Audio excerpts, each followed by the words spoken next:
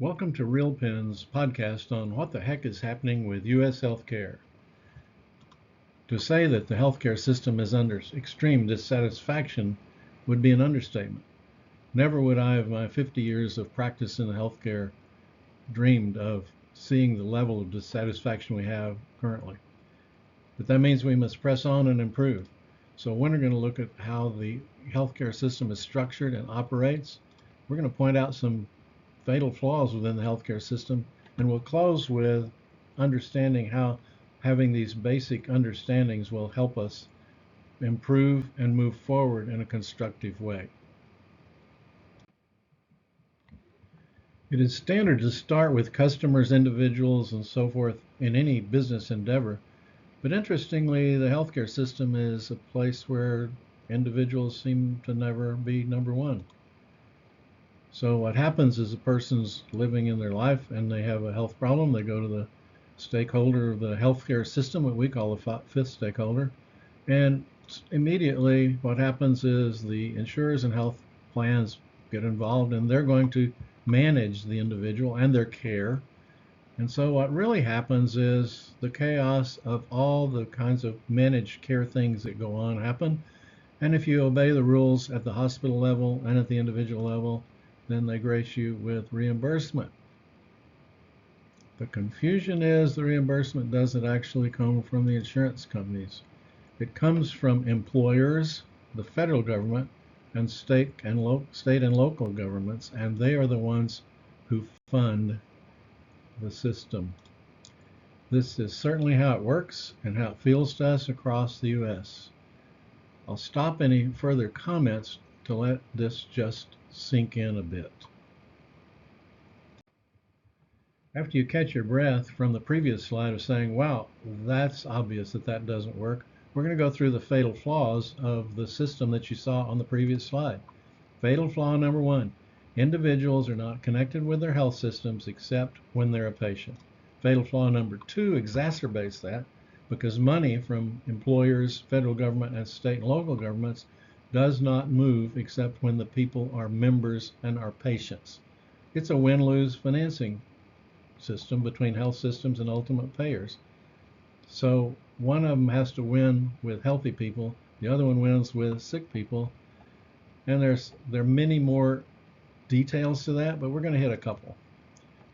Health systems lack membership and ongoing connections with their populations because every other organization that has changed things big time is they know their members, they know a lot about their members.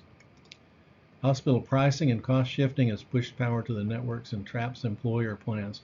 So the employers are dealing with the stakeholders up here in health plans, and they get stuck in there.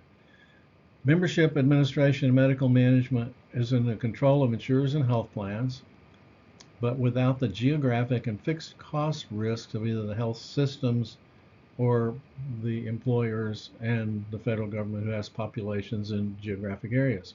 What's really needed is individuals. Employers, federal government, state and local governments need better health care, and lower cost, which comes from collaboration. Note these flaws don't exist where health systems collaborate. Examples, Kaiser, Scott and White, Original Blue Cross.